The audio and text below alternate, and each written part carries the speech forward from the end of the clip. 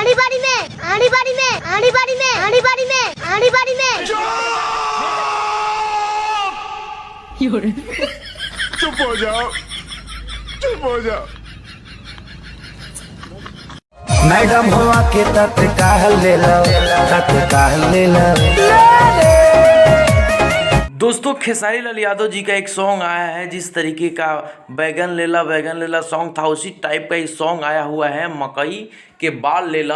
और जो कि कमाल का सेम टू सेम वैसा ही बना हुआ है, कमाल का ये सॉन्ग बना हुआ है, जो कि आप वीडियो में उस गाने पर रील्स बना करके अखिलेश कश्यप जी और खेसारी लाल यादव जी अपने वीडियो बना करके भेजे हैं आप लोगों के बीच में, जो कि कमाल का वीडियो लग रहा है, जैसे कि आप लोगों ने देखा।